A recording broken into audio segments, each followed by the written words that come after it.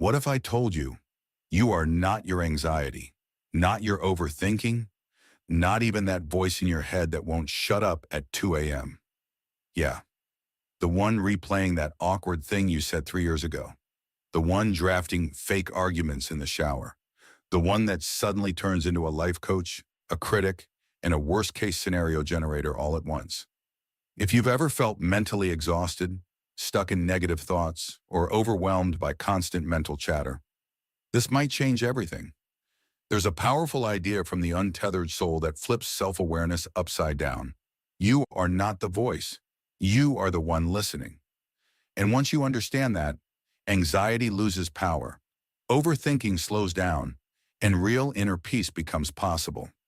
Stay with me, because what you're about to hear might completely change how you see your mind forever. The author asks a simple but deep question regarding self-awareness. There is a voice in your head that talks all day, but who is listening to that voice? Is the voice you, or is there a deeper, quieter part of you that listens? In this episode, we will walk slowly through the ideas of the book. We will use simple English.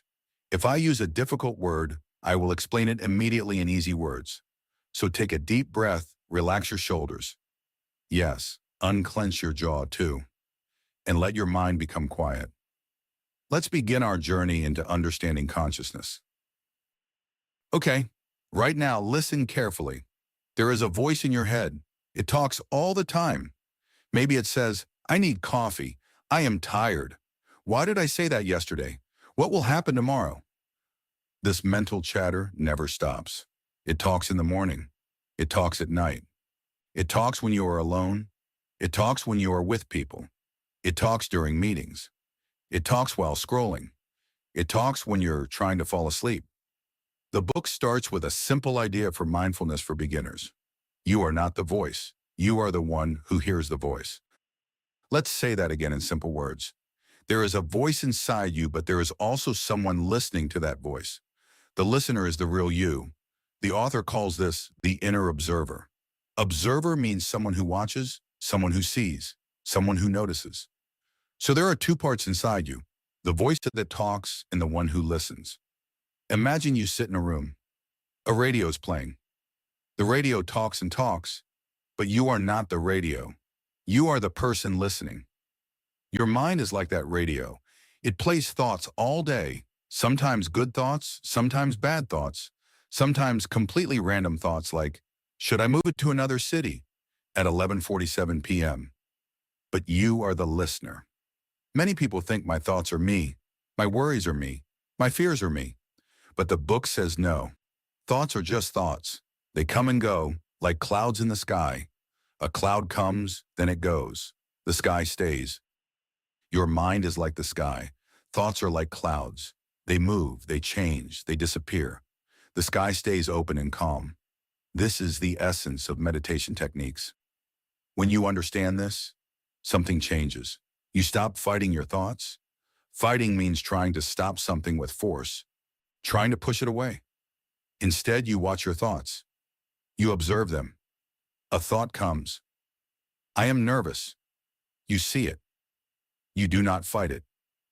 You do not believe it fully. You just notice it. Then another thought comes. Then another. The book says that most people live inside the voice. They believe every thought. They follow every worry. They listen to every fear.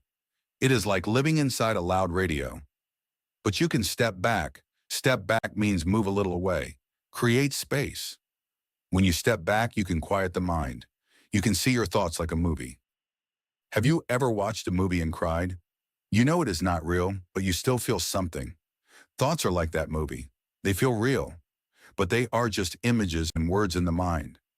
The author invites us to try something simple. Today, just notice your thoughts. Do not stop them. Do not judge them. Judge means saying this is good or this is bad. Just watch. You are sitting. A thought comes. You notice it. Then you let it pass. This is the first step to overcoming anxiety. Freedom means feeling open, feeling light, feeling not trapped, feeling untethered. Many people feel trapped by their thoughts. Trapped means you cannot escape, like being in a small box. But you are not trapped. You are the observer. You can watch the box from outside. When you watch your thoughts, something interesting happens. They become quieter. Not always, but sometimes. It is like a child. If you give the child too much attention, the child shouts more. If you stay calm, the child becomes calm. Your mind is like that child. It wants attention. It wants reaction. So new reaction means a strong response. But if you stay calm and just observe, you will achieve mental wellness as the mind slowly becomes softer. The book tells us, do not try to control everything in your mind. Do not force something to change. Instead, relax and watch. Imagine you sit by a river. Water flows, leaves move on the water. You do not jump into the river to stop the leaves. You just watch them pass. Your thoughts are like those leaves. They float by. You sit on the riverbank and watch. This practice is simple, but also deep.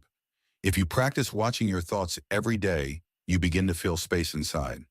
Space means room, open room inside your mind. In that space, you feel calmer. You feel lighter. You feel less stressed. When you see that you are not the voice, you do not have to follow every thought. You do not have to believe every worry. You become the listener, the observer, the calm space behind the voice. And this is only the beginning of your spiritual awakening. Many people try to control their mind. They say, I should not think this. I must stop worrying. I do not want to feel this. But the mind does not like force. When you fight your mind, it often becomes louder. If you say, stop thinking, the mind thinks more. So what can we do? The book gives a simple answer for how to stop overthinking. Do not fight your mind. Watch it. Let thoughts come. Let thoughts go.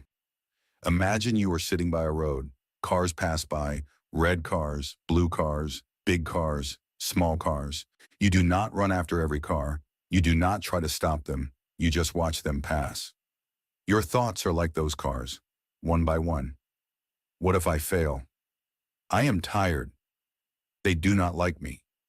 You notice them. You do not need to follow every thought. You do not need to answer every thought. You do not need to believe every thought. A thought is just a thought. It is not always the truth. Sometimes the mind tells stories. Stories about the past, stories about the future, stories about what other people think. But these are mental stories. If you believe every story, you feel tired and stressed. Instead, be the observer. Just watch when a thought appears. You can say, inside, I see you. Then let it move away. This is called letting go. Letting go means not holding something tightly, not grabbing it. Many people repeat the same thought again and again. This is called overthinking. Overthinking makes the mind heavy. Heavy means feeling full and tired inside. But when you let go, your mind feels lighter. Light means open and easy. The book says inside you there is a quietest space, a calm space, a peaceful place. The quietest space is always there, but thoughts cover it. Imagine the sky again. Clouds cover it, but the sky is still there. In the same way, even when your mind is busy, your inner peace is still there. You just need to step back. Now let's talk about feelings. Feelings like anger, sadness, fear, happiness. When a strong feeling comes, many people panic. They try to push the feeling away.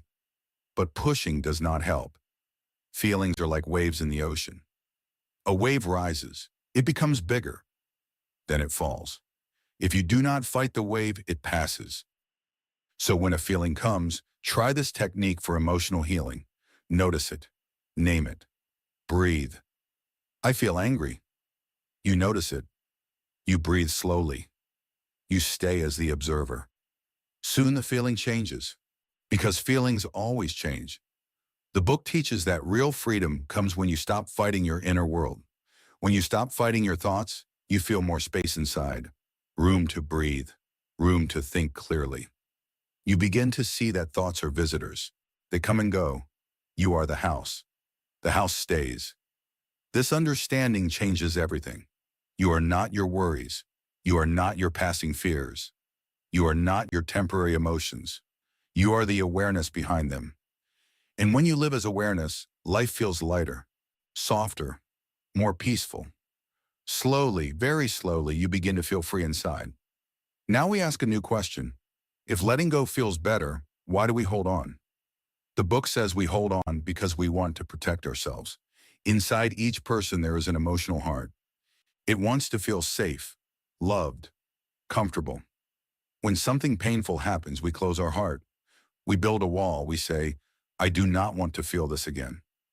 But when we close our heart, we also block good feelings. It is like closing a window. You stop the cold wind, but you also stop the fresh air. The author invites us to try something new for personal growth. Stay open, stay willing to feel. When something uncomfortable happens, pause, breathe, notice the feeling, stay open. This does not mean you like the pain. It means you allow the feeling to move through you. If you block the energy, it becomes tension. If you let it move, it passes. Life is always moving. Some days are happy, some days are hard. If you try to control everything, you become tired. But if you stay open, life moves through you more easily. So today, notice one thought. Take one deep breath. Stay open for one moment. Little by little, you will feel more calm, more space, more peace. And if that voice in your head is whispering, this actually makes sense. Maybe I should share this and subscribe. For once, that might be the one thought worth listening to.